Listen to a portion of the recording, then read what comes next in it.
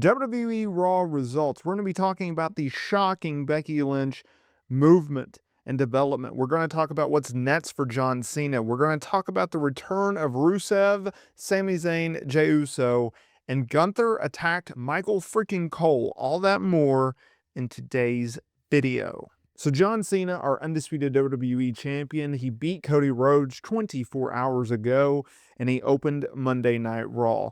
He kept the Titantron black and white, and he came out there and cut a promo, basically just talking down to the fans, talking about how no one has the stones to step up. They don't have the ruthless aggression to not only challenge him, but take the WWE Championship away from him. After starting this year with 36 dates, he has 27 more to go, and he made it very clear that that does not include pure wrestling matches. No. He's not talking about working 27 matches. He's only talking about making appearances 27 times.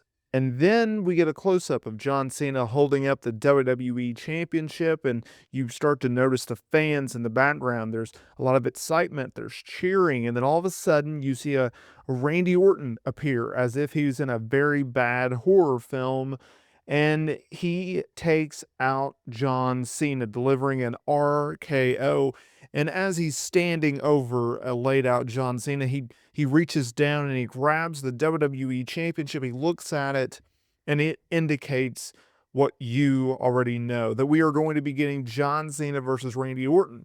And you might be asking, well, how long do we have to wait? When would WWE book such a iconic feud, an iconic match one more time? The Legend Killer versus the You Can't See Me man himself. Well, ironically, WWE is about to run Backlash on May 10th, and it's going to be in St. Louis, Missouri. It's going to be in the hometown of Randy Orton. And what better way to have a very fitting event, a Backlash event, in Randy Orton's hometown? Oh, by the way, Randy Orton, John Cena, they're both advertised for this match, or this event. I think that's where you book this match. I think this is where we get this match, and I think it would be the right opportunity to do this match. It gives them one more chance, one more opportunity to do what they do best, go out there and tell a story. Is it going to be the greatest match in the world? No. But it is going to give the fans one more time to go down memory lane, perhaps relive their childhoods, and get to see John Cena and Randy Orton square up one more time. Okay, Becky Lynch. Becky Lynch returned at WrestleMania, replacing Bayley, who, by the way, Michael Cole said that she has some type of shoulder injury. I think they said that she had a tear in her shoulder. I don't know, but it's storyline. She's fine. Becky Lynch came back, replaced Bayley, teamed up with Lyra Valkyria, defeated Liv Morgan and Raquel Rodriguez. Now, on Raw, we ran it back, which I thought was an interesting choice. Ironically, Becky only took 2 bumps in the WrestleMania match. Just FYI on that. And so when they booked this rematch, I figured, okay, you know what? They're trying to keep the strong show going. It's a strong match. You get a lot of names in there. You get Becky, you get Liv, you get Lyra. I get it. Babyface will go over, and then we'll be done with it. Well, I knew something was up once Lyra got pinned. So what happened was Becky Lynch, she took out Raquel Rodriguez on the ringside. She was up on the top row, or on the apron, and I think she got hit with a big boot. Either way, she got knocked off the apron.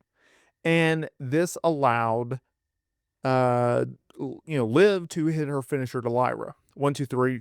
Lyra sold it amazingly well. After the match, Becky Lynch, she talked trash to Lyra. She pushed her down. She kind of attacked her a little bit. Nothing serious. And then, boom, she did the full heel turn, hitting her finisher and laying her out. So, number one, WWE corrects their wrongs by having Liv and Raquel back as your tag team champions. An unnecessary title change, but whatever. They made that they made that wrong right. Then we now have Becky Lynch, who is a heel again. Okay. What is it with Becky Lynch? She returns and she does so and turns heel. I don't understand this, but it's, I guess, a refresh to her character. There's a lot of baby faces on Monday Night Raw these days. Maybe they're feeling like, hey, we got to have a heel in the group. So we're going to get Becky. We're going to get Lyra. They're going to go forward. I assume Becky Lynch is going to beat her win a championship she's never held, which was and is the women's IC title, and we move on with that. Very interesting development. Very interesting to see where they go next with Miro, this. aka Rusev, he is back on WWE television. He made his grand return. This was expected. We thought, hey, he might be Randy Orton's surprise opponent at WrestleMania. No, no, no. He returns. He takes out Alpha Academy. Absolute brute. Lots in the accolade on Otis. They did this very well. They built him up as a monster, a killer. He did a promo afterwards while walking in Gorilla. It was for social, but he basically talked about how he had waited 5 years for this moment, and now that he's back, he is here to take everything. So great, return, great promo.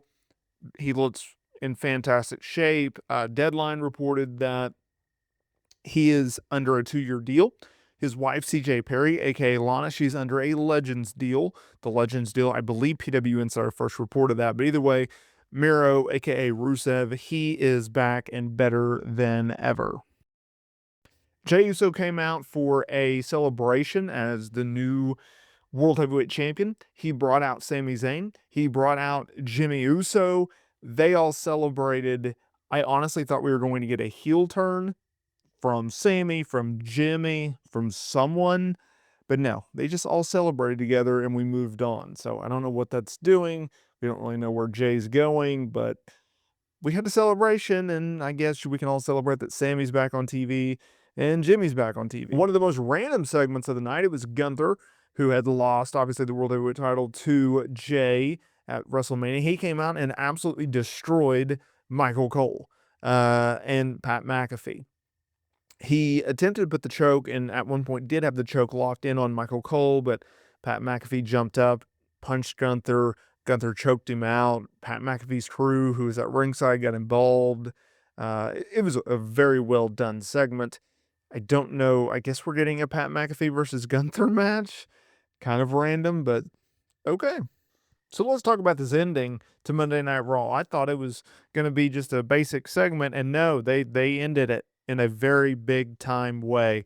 It was Paul Heyman and Seth Rollins coming out. Now, Paul Heyman obviously betrayed CM Punk and Roman Reigns at WrestleMania, aligning with Seth Rollins. They come out there, they do a promo. Punk comes out there, gets ready to fight. Then Roman comes out, gets ready to fight. And then out of nowhere, some dude in a hoodie spears Roman out of his shoes. That man is Braun Breaker.